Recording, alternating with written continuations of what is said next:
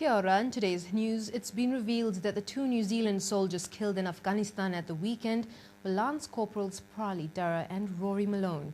3 of the 6 other Kiwi soldiers wounded in the same attack are in a serious condition.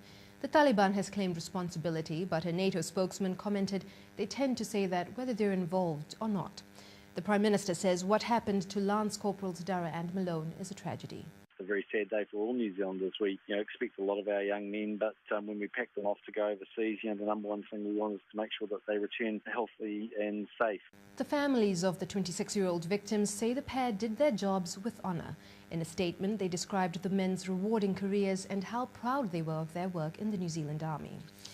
Bronwyn and Nathan Graham, who are now based in Afghanistan with their family, told Alan Lee about the impact Kiwi troops have had there. I think that the New Zealand troops that are in Bamiyan are extremely well received. I think they regard them as more personable, although and the work that they've done so far is transformational. And we'll be featuring more of that interview on a future episode of End Zone Focus here on Shine TV. The first in a series of meetings was held in Christchurch this afternoon for the public to get more information about the Central City Blueprint. It was the first opportunity for residents to hear directly from the Central City Development Unit since the unveiling of the CBD plan last week. And the Revenue Minister has paid heed to Cantabrians, changing tax laws to help those still suffering the impact of the earthquakes. Peter Dunn has released plans such as changing the year that business income or expenditure is recognised to acknowledge disruption, and also extending rollover relief to undemolished properties. The Waitangi Tribunal says it will aim to provide an interim report on water rights by the 24th of August. It's a compromise on the government's request that it release its final report by that date. The New Zealand Olympic Committee is trying to find out how Valerie Adams was left off the starting list of the shot put competition. The committee assured the oversight was quickly resolved ahead of the event's first round tonight. Olympic viewing has surged to peak levels with an estimated TV audience of 4.8 billion.